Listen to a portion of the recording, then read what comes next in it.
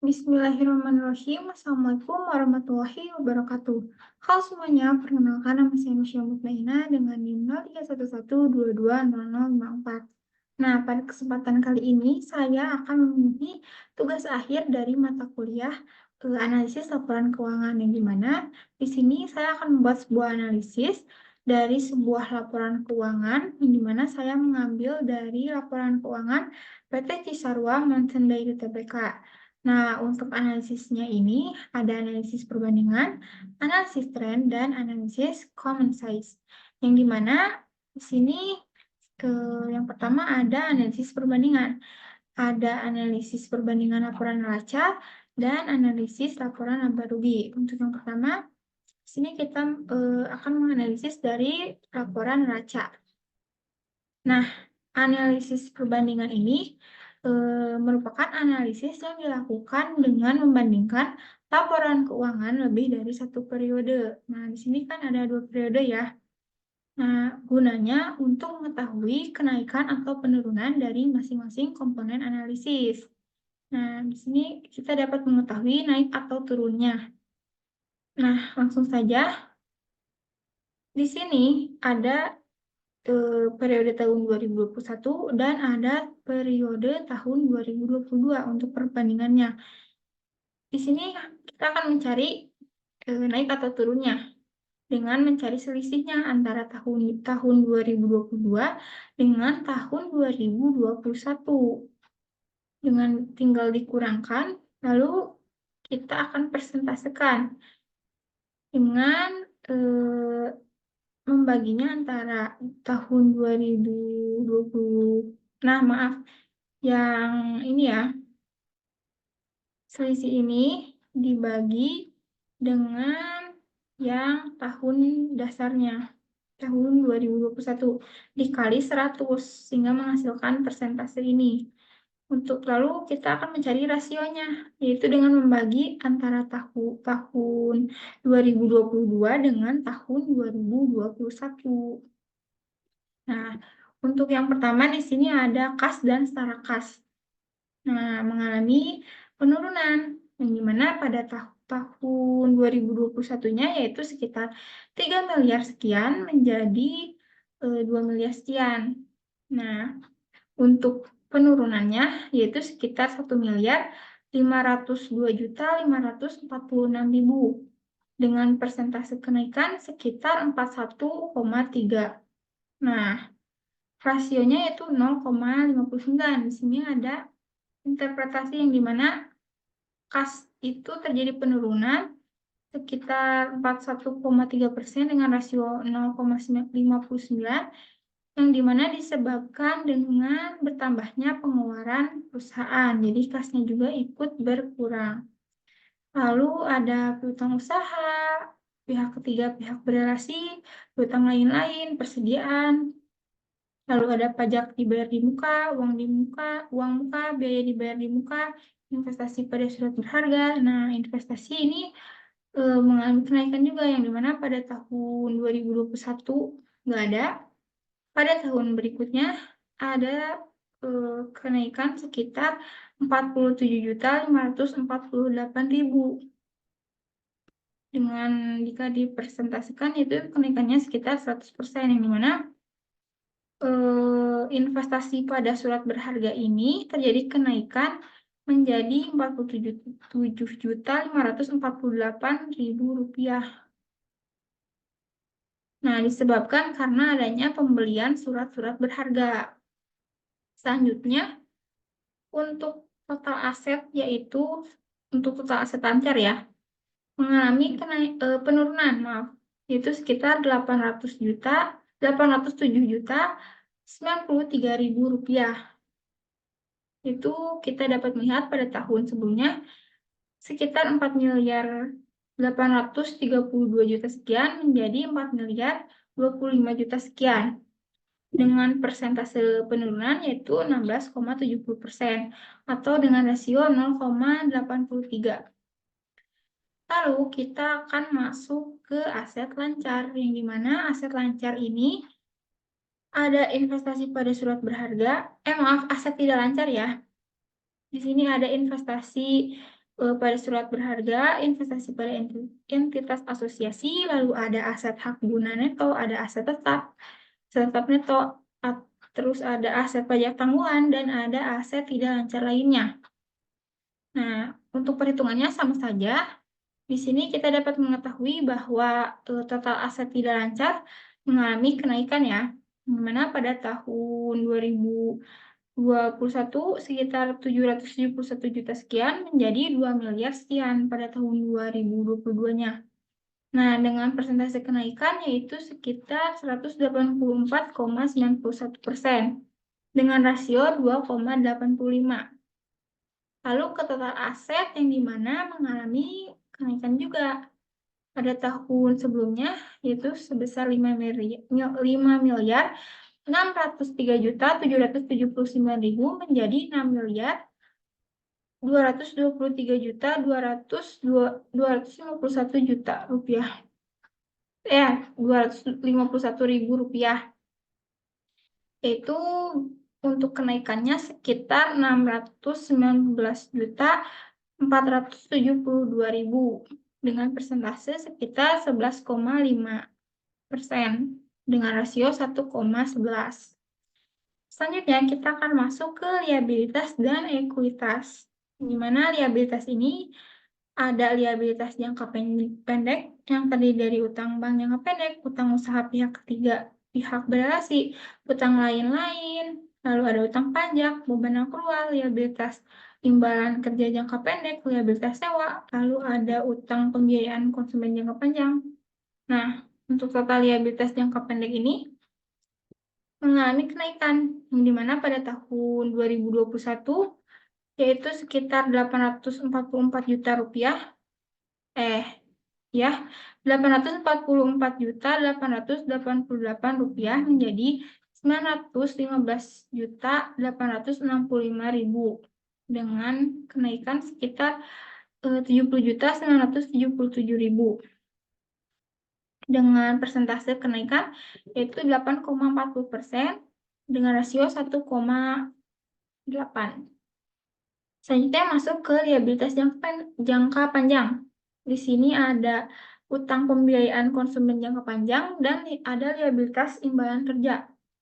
Sehingga untuk total liabilitas jangka panjangnya mengalami penurunan. Di mana pada tahun 2021 yaitu sekitar 61.952.000 menjadi 49 juta sekian. Untuk penurunannya yaitu sekitar 12.868.000 rupiah. Dengan persentase kenaikan yaitu sekitar 20,82% dengan rasio 0,79. Lalu untuk total liabilitasnya mengalami kenaikan yang dimana pada tahun 2021 yaitu sekitar 906.840.000 menjadi 964 juta sekian dengan kenaikan sekitar 58.079.000. Untuk persentase kenaikannya yaitu 6,40% dengan rasio 1,6. Ada ekuitas, yaitu ada ekuitas yang dapat diatribusikan kepada entitas induk. Ini sama aja perhitungannya. Nah, untuk total ekuitas mengalami kenaikan yang dimana pada tahun 2021 yaitu sekitar 4.996.939 juta. Maaf, 4.696.939.000 menjadi 5 miliar sekian. Nah, kenaikannya itu sekitar 561.393.000 dengan persentase kenaikan yaitu 11,95% dengan rasio 1,12. Nah, untuk total liabilitas dan ekuitas mengalami kenaikan di mana pada tahun 2021 yaitu sekitar 5 miliar 603.779.000 menjadi 6 miliar 223.251.000. Nah, untuk kenaikannya yaitu sekitar 619.472.000 dengan persentase kenaikan sekitar 11,5% dengan rasio 1,11. Lanjut ke analisis perbandingan laporan laba rugi, di mana ada untuk komponennya ini ada penjualan neto. Untuk penjualan neto ini mengalami kenaikan ya, di mana pada tahun 2021 yaitu sekitar 4.955.689.000 menjadi 6 miliar sekian. Nah, untuk kenaikannya yaitu sekitar 2.282.000.000 sekian. Jika dipersentasekan yaitu sekitar 55,7%. Nah, untuk penjualan ini disebabkan karena meningkatnya barang yang dijual dan laku di pasaran. Nah, untuk beban penjualan juga mengalami kenaikan ya. Pada tahun sebelumnya itu sekitar 2.122.000.000 sekian menjadi 3.709 sekian. Jika dipersentasekan yaitu sekitar 74,8%. Untuk laba bruto mengalami kenaikan juga. Pada tahun sebelumnya sekitar 1 miliar sekian menjadi 2 miliar sekian. Setelah dipersentasikan yaitu menjadi 35,2%. Selanjutnya ada beban penjualan dan pemasaran, beban umum dan administrasi, lalu ada pendapatan atau beban lain-lain. Nah, untuk laba usaha mengalami kenaikan juga, di mana pada tahun 2021 sekitar 1.669.000 menjadi 1.255.561.000. Untuk kenaikannya sekitar 248.892.000. Untuk persentasenya sekitar 24,7% penaikannya. Lalu ada bagian atas laba neto, lalu ada laba atas risikus, ada pendapatan keuangan dan biaya keuangan. Sama saja untuk perhitungannya. Ini semua mengalami kenaikan ya. Nah, selanjutnya ada laba sebelum pajak penghasilan yang dimana mengalami kenaikan pada tahun sebelumnya sekitar 1.016.130.000 menjadi 1.342.710.000. Nah, untuk kenaikannya yaitu sekitar 326.580.000. Jika dipersentasikan menjadi 32,1%. Lalu ada beban pajak penghasilan. Nah, ada laba tahun berjalan. Untuk laba tahun berjalan mengalami kenaikan juga ya.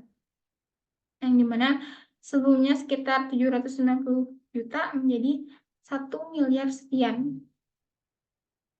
Nah, jika dipersentasikan menjadi 34,2%. Selanjutnya ada laba pengukuran kembali atas liabilitas, ada pajak penghasilan terkait penghasilan komprehensif lain. Lalu untuk total penghasilan komprehensif tahun berjalan yaitu mengalami kenaikan. Sebelumnya yaitu sekitar 792.906.000 menjadi 1.061.400.000. Untuk kenaikannya sekitar 268.494.000 dengan persentase sekitar 33,9%. Selanjutnya ada laba tahun berjalan pada pemilik entitas induk dan ada kepentingan dan pengendali. Ini totalnya mengalami kenaikan sekitar 270.353.000 dengan persentase sekitar 34,2%. Selanjutnya ada laba. Ini laba per saham dasar yang dapat diatribusikan kepada pemilik entitas induk atau angka penuh. Mengalami kenaikan ya. Pada tahun sebelumnya sekitar 99.059 rupiah menjadi 133.000.000 Rp66.000. Untuk kenaikannya sekitar Rp34.007.007.000. Jika dipresentasikan kenaikannya sekitar 34,3%. Sekarang lanjut ke analisis tren. Nah, untuk analisis tren ini sama saja, ada analisis untuk neraca perbandingan dan laporan laba rugi perbandingan. Yang dimana analisis tren ini mengukur perubahan naik atau turun perusahaan, seberapa besar perubahan tersebut yang dihitung dalam persentase. Nah, ada rumusnya nih, yang dimana angka indeks sama dengan ini tuh contoh ya, tahun pembandingnya dibagi dengan tahun dasar dikali 100%. Yang dimana pada tahun 2021 dan ada pada tahun 2022. Yang 2022 ini menjadi tahun pembanding dan tahun 2021 ini menjadi tahun dasarnya. Nah, untuk perhitungannya tinggal dibagikan antara tahun 2022 dengan tahun 2021 dikali 100%. Nah, ada aset lancar yang dimana ada kas dan setara kas. Nih, mengalami kenaikan ya. Penurunan. Yang dimana pada tahun 2021 yaitu 3 miliar sekian, pada tahun 2022 menjadi 2 miliar sekian. Nah, untuk trennya yaitu sekitar 58,97%. Nah, di sini terdapat analisis penurunannya yaitu sekitar 41,3%. Lalu ada piutang usaha neto, sama saja piutang usaha neto pihak ketiga pihak berrelasi, lalu ada piutang lain-lain pihak ketiga pihak berrelasi, dan persediaan neto, pajak dibayar di muka, uang muka, lalu ada biaya dibayar di muka, investasi pada suatu berharga. Nah, untuk investasi mengalami penurunan 100%.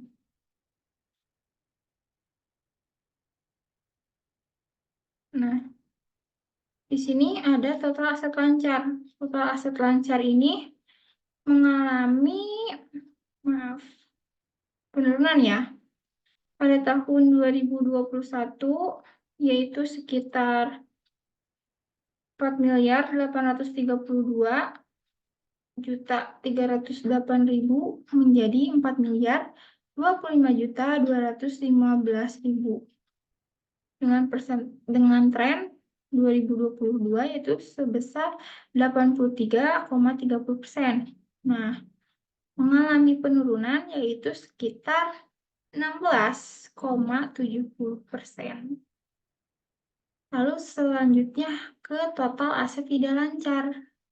Total aset tidak lancar ada investasi pada suatu berharga, investasi pada entitas asosiasi, aset hak guna neto, aset tetap neto, lalu ada aset pajak tangguhan, lalu ada aset tidak lancar lainnya. Nah, yang dimana untuk total aset tidak lancar ini mengalami kenaikan. Pada tahun sebelumnya, pada tahun dasarnya yaitu sekitar 771.471.000 menjadi 2.196.000 rupiah dengan persentase tren yaitu 284,91%. Nah, untuk kenaikannya sekitar 184,91%. Selanjutnya, untuk total aset ini mengalami kenaikan juga, yang dimana pada tahun sebelumnya yaitu sekitar 5 miliar sekian menjadi 6 miliar sekian. Untuk trennya yaitu sekitar 111,5%. Kenaikannya sekitar 11,5%. Lanjut ke liabilitas dan ekuitas. Nah, untuk liabilitas ini ada liabilitas jangka pendek dan liabilitas jangka panjang.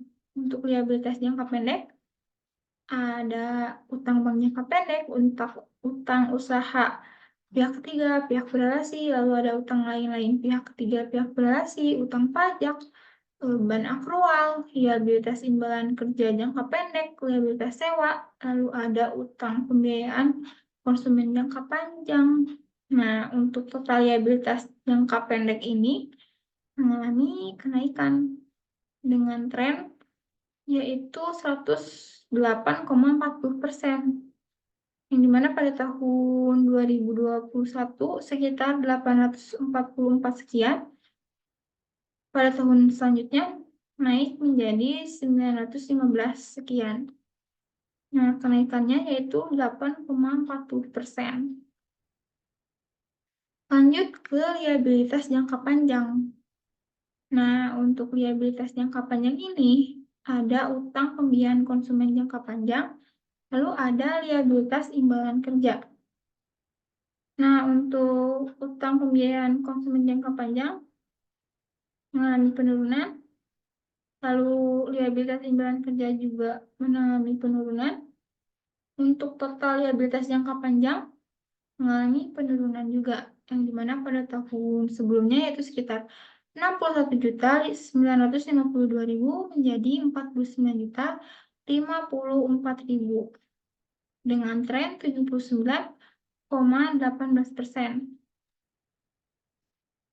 Lanjut ke total liabilitas.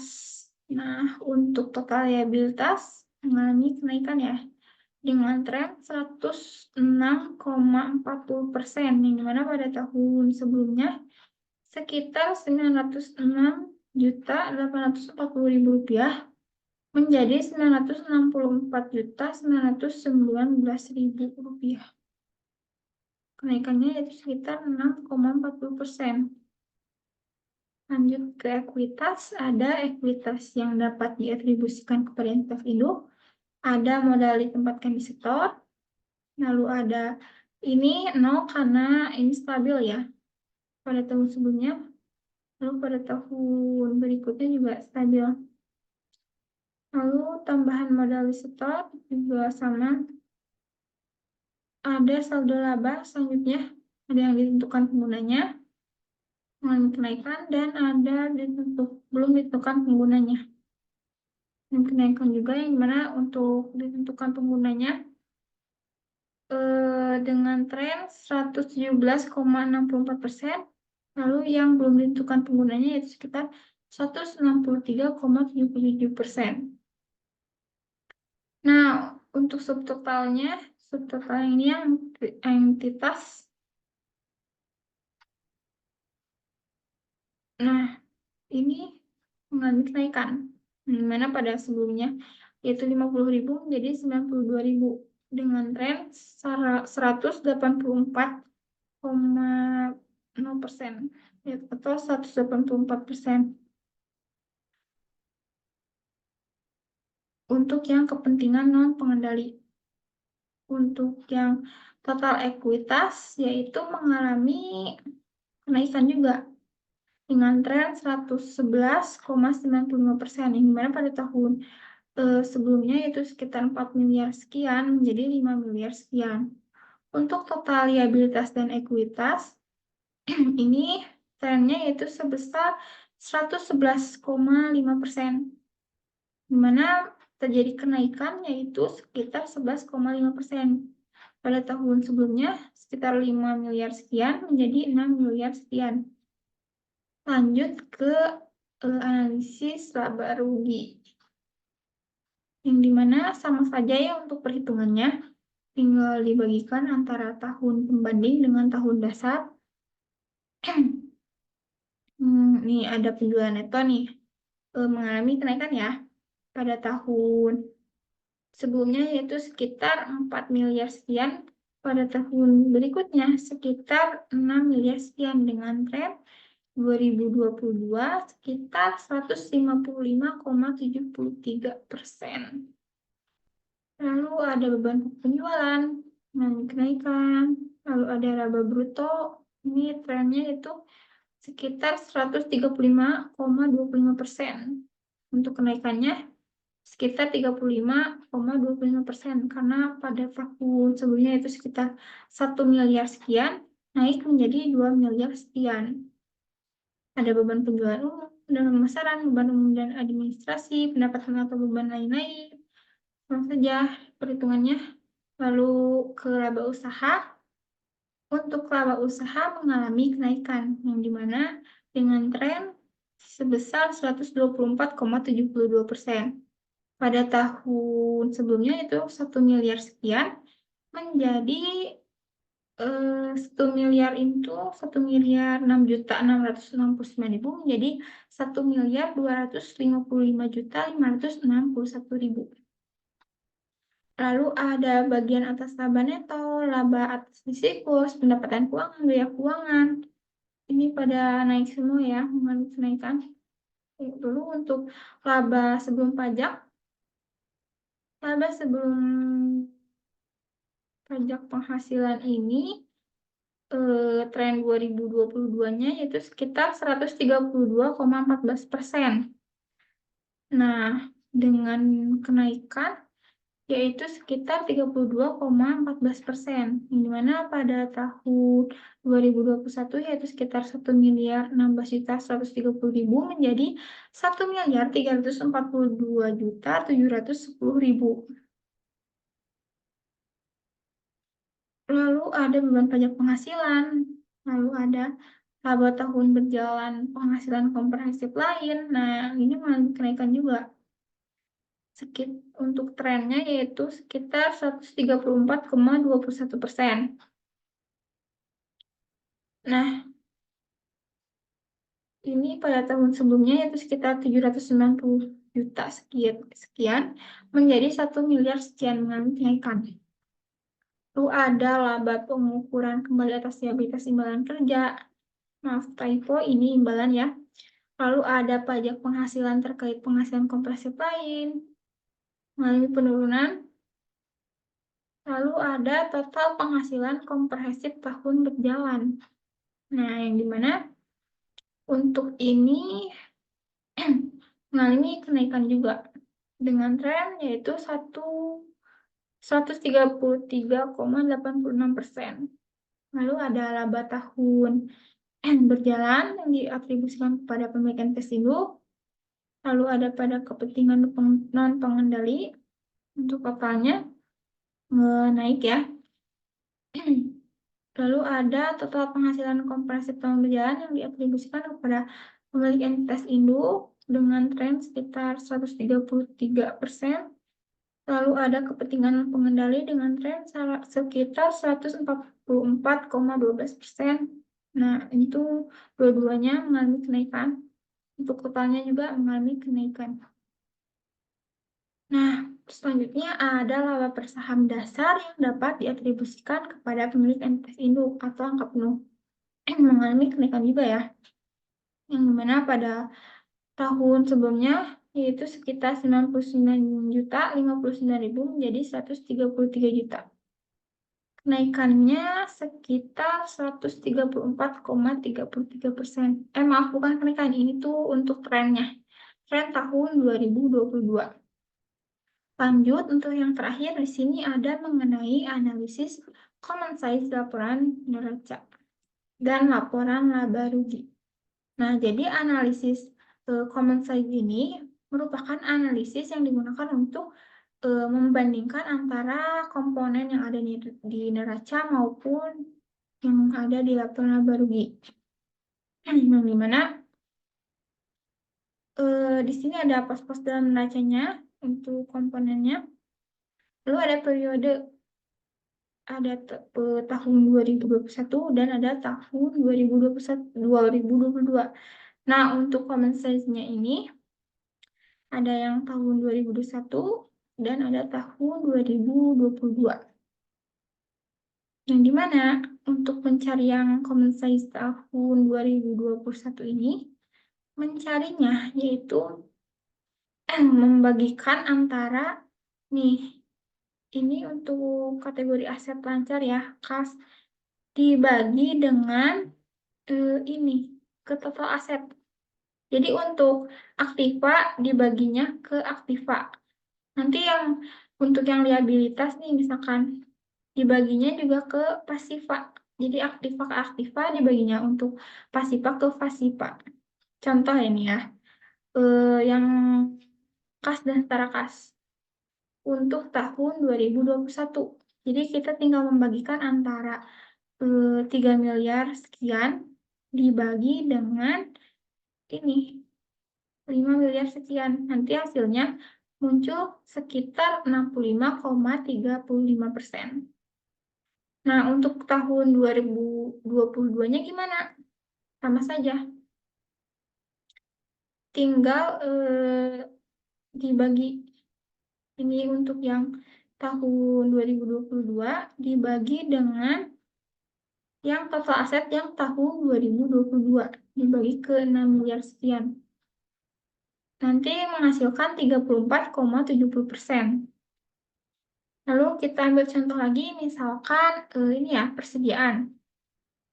Kita mencari common size yang tahun 2021. Nah, ini 462 juta sekian. Kita bagikan ke yang ini, ke total aset lagi, ke yang 5 miliar. Nanti menghasilkan untuk persediaan sekitar 8,25%. Nah, untuk yang tahun 2022 pun sama. Ini yang ini, untuk persediaannya dibagi ke ke total aset yang tahun 2022. Gitu. Nah, untuk yang liabilitas nih, kita ambil contoh yang apa ya? Utang pajak misalkan. Ini kita mencari yang common size 2021 utang pajak. Kita tinggal membagikan aja yang ini tahun 2021 dibagi ke total pasipa. Nah, total pasipa yang ini. Utang pajak yang 2021 tadi. Nah, yang ini 199 juta sekian dibagi ke total pasipa yang 5,5 miliar sekian lah pokoknya. Nah, untuk nanti utang pajak ini menghasilkan common size-nya yaitu sekitar 3,57%. Sama saja untuk tahun yang 2022. Tinggal dibagikan ke yang pasipa 2022. Gitu. Selanjutnya, untuk yang totalnya juga ini tinggal dibagikan saja. Kalau yang total tinggal dibagikan 5 miliar ini dibagi ke 5 miliar total aktiva dibagi ke total aktiva juga. Maaf, kalau ini total pasipa ya. Total pasipa dibagi ke total pasipa juga. Selanjutnya masuk ke analisis common size laporan laba rugi. Nah, untuk laporan laba rugi ini sedikit berbeda ya. Yang dimana ini untuk penjualan netonya, kita common size-nya dimasukkan saja langsung 100%. Lalu untuk beban pokok penjualannya didapat dari ini nih. Dari pembagian antara beban pokok yang ini tahun 2021 dibagi ke atas ke penjualan neto. Jadi beban pokok penjualan dibagi penjualan neto nanti menghasilkan yang common size tahun 2021 untuk beban pokok penjualan. Gitu. Untuk yang tahun 2022-nya pun sama. Tinggal membagikan antara ini laba bruto maaf. Beban pokok penjualan tahun 2022 dibagi ke atas ke penjualan neto tahun 2022. Nanti menghasilkan 58,16%. Nah, lalu untuk laba brutonya bagaimana? Untuk laba brutonya tinggal selisihkan antara penjualan neto dikurangi dengan beban pokok penjualan. Nah, ini menghasilkan 48,17%. Untuk tahun 2022 bagaimana? Tinggal selisihkan juga antara penjualan neto nih 100% dikurangi dengan beban pokok penjualan yang 58,16%. Nanti dapat laba bruto sekitar 41,84%. Nah, untuk ini beban-beban, lalu untuk laba usaha yang sampai ke laba per saham itu berbeda juga untuk ininya, perhitungannya, yang dimana kalau yang ini tuh nih untuk beban-beban pendapatan atau beban lain-lain didapat dari ini. Misalkan kita mau mencari common size yang tahun 2021, kita bagi yang ininya tahun 2021 dibagi ke penjualan neto, tinggal bagi ke atas. Nah, yang dimana untuk akun-akun yang di bawahnya juga sama saja, tinggal dibagi ke penjualan neto untuk rumusnya. Misalkan kita mau cari ini nih, laba usaha ya. Untuk laba usaha, kita tinggal membagikan antara, misalkan kita mau mencari common size tahun 2021. Kita tinggal membagikan antara ini nih, yang 1 miliar sekian dibagi ke penjualan neto yang 4 miliar sekian, nanti menghasilkan sekitar 24,58% untuk common size tahun 2021. Untuk tahun 2022 bagaimana? Nah, sama saja, tinggal bagikan antara laba usaha tahun 2022 sekitar 1 miliar sekian dibagi ke ini penjualan neto tahun 2022. Selanjutnya, misalkan kita ambil contoh lagi apa ya? Nih, misalkan beban pajak penghasilan. Sama juga. Kita mau mencari ini nih, misalkan common size tahun 2021. Tinggal membagi antara ini, yang tahun periode 2021, yang beban pajaknya, dibagi ke penjualan neto yang tahun 2021. Untuk tahun 2022, sama. Tinggal membagi antara ini penghasilan yang, beban pajak penghasilan yang tahun 2022-nya, tinggal bagi ke penjualan neto yang tahun 2022. Nanti menghasilkan sekitar 4,42%. Lalu untuk misalkan apa lagi ya? Nih, ini misalkan laba tahun berjalan yang diatribusikan ke pemilik entitas induk. Kita mencari yang tahun 2021.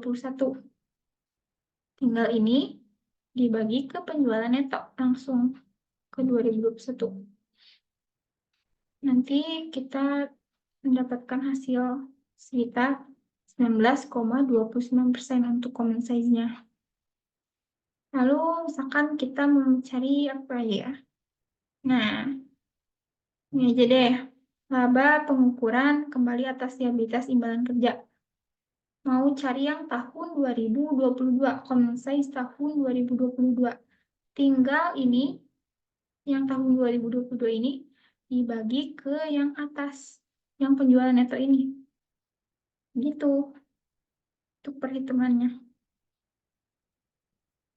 Ini pun sama untuk laba per saham. Misalkan kita cari yang tahun 2021, untuk common size-nya berapa gitu ya. Tinggal membagikan antara ini, yang tahun 2021-nya dibagi ke penjualan neto yang tahun 2021. Nah, menghasilkan 2,42%. Untuk yang tahun 2022-nya sama, tinggal dibagi antara yang ini ke penjualan neto yang tahun 2022, menghasilkan 2,9%. Nah, itu saja mungkin dari saya. Mohon maaf bila ada kesalahan yang disengaja maupun tidak. Sekian dari saya, mohon maaf bila ada kesalahan. Wassalamualaikum warahmatullahi wabarakatuh.